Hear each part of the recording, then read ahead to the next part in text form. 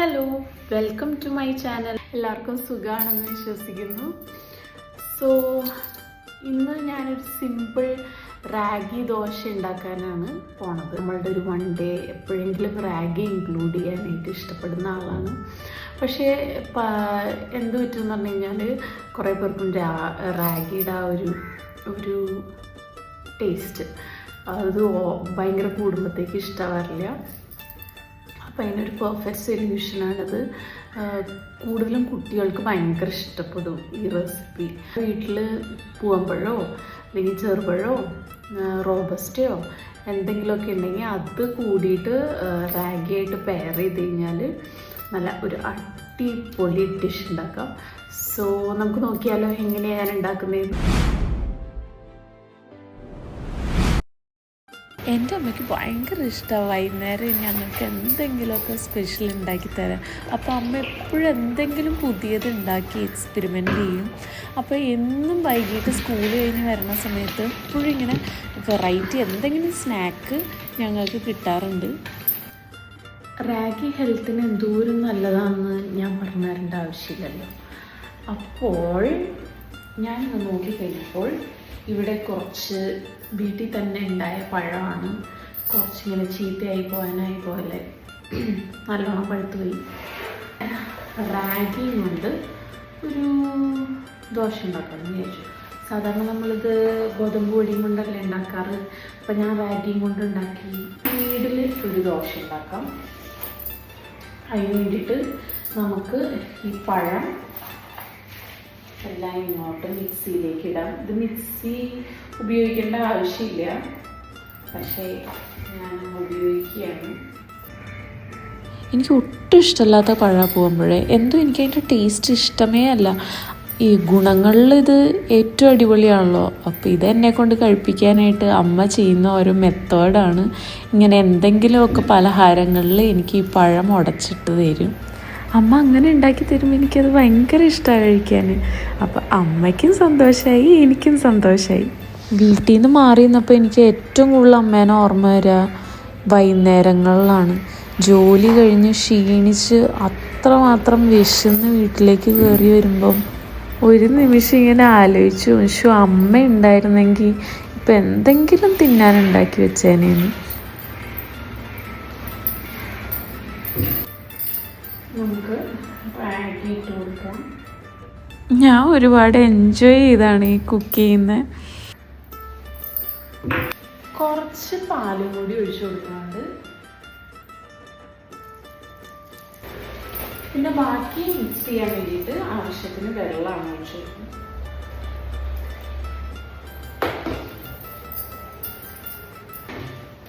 ആവശ്യത്തിന് ഉപ്പ് ആഡ് ചെയ്ത് കൊടുക്കാം.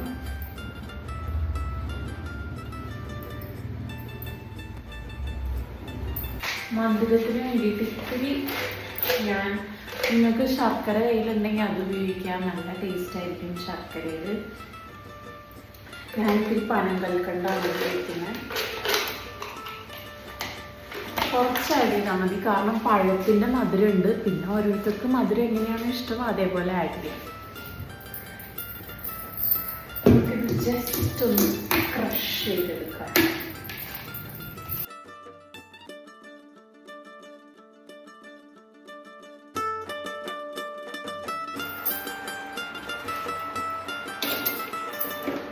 എനിക്ക് തോന്നുന്നത് നമ്മുടെ ഉള്ളിൽ സ്നേഹം ഉണ്ടാവുമ്പോൾ, ഒരു ഗിവിങ് നേച്ചർ വരുമ്പോഴൊക്കെയാണ് നമുക്ക് ഈ കുക്കിങ്ങിനോടുള്ളൊരു ഇഷ്ടം വരിക എന്ന് എനിക്ക് തോന്നിയിട്ടുണ്ട്.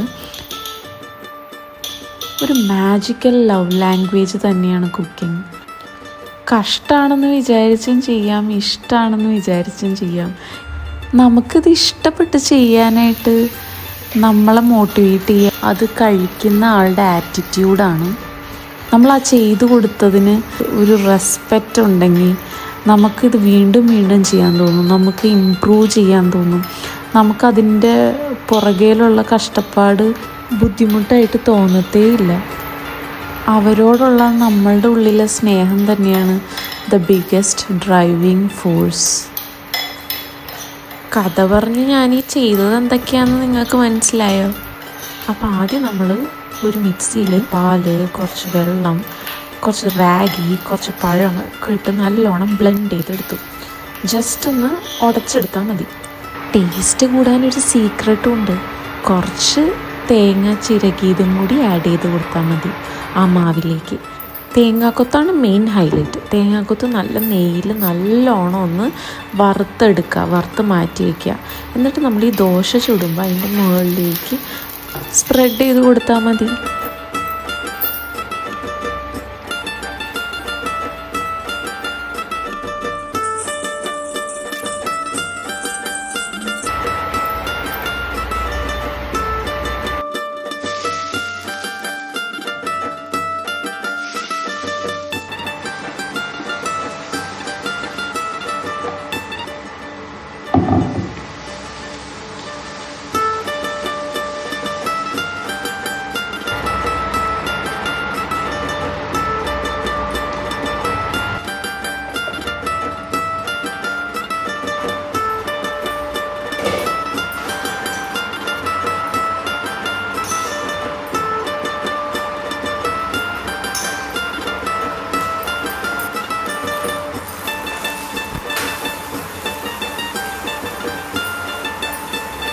ജസ്റ്റ് ഒന്ന് പുറം മൊഴിയാൻ വേണ്ടിയിട്ടാണ് ഞാനിങ്ങനെ ഇട്ടേക്കണേ. ദോശ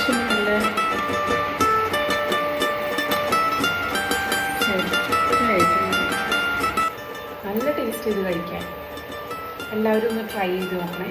സാധാരണ റാഗിക്ക് ഒരു ചൊവ ഉണ്ടാവില്ലേ, അതൊക്കെ ഈ പഴം ആഡ് ചെയ്യണേ കൊണ്ടൊക്കെ നല്ല ഡിഫറൻസ് ഉണ്ടാവും.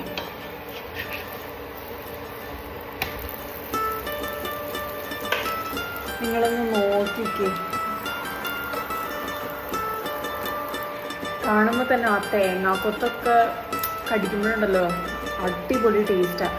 ഈ വൈകുന്നേരമൊക്കെ ചായേൻ്റെ കൂടെ ഇത് സൂപ്പർ കോമ്പിനേഷൻ ആയിരിക്കും.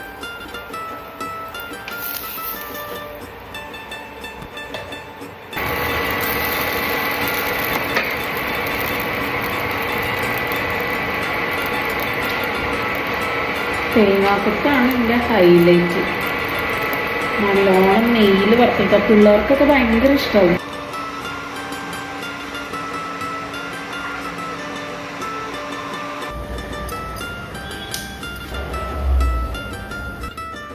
അപ്പം നമുക്കിതൊന്ന് കഴിച്ചു നോക്കാം.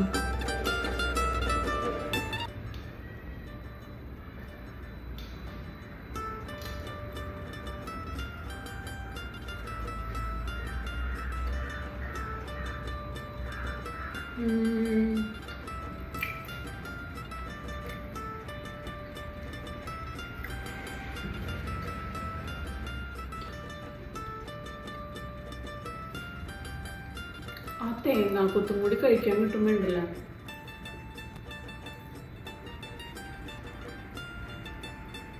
ഇത് റാഗി കൊണ്ട് ഉണ്ടാക്കിയതാണെന്നേ പറയില്ല.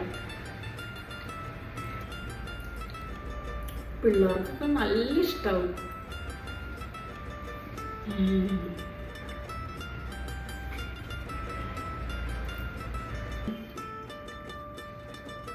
വീണ്ടും അടുത്ത ബൈറ്റിങ്ങനെ എടുത്തോണ്ടിരിക്കാൻ തോന്നുന്നു. ഭയങ്കര മധുരമല്ല, പഴത്തിൻ്റെ മധുരം. നിങ്ങൾക്ക് വേണമെങ്കിൽ ശർക്കര ഇടാം. ഞാൻ വളരെ കുറച്ച് പനങ്കൽക്കണ്ടാണ് ഇട്ടത്.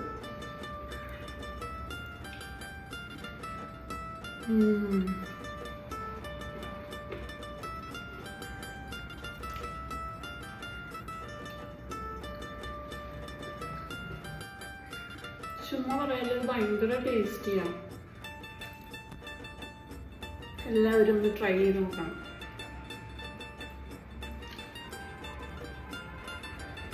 ചൂടോടെ കഴിക്കാൻ ശ്രമിക്കാം കേട്ടോ.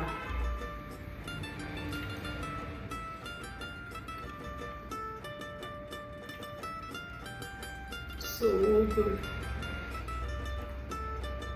അപ്പം എല്ലാവർക്കും ഇഷ്ടപ്പെട്ടു എന്ന് വിചാരിക്കുന്നു. അടുത്തൊരു വീഡിയോയിൽ വീണ്ടും കാണാം. ബൈ.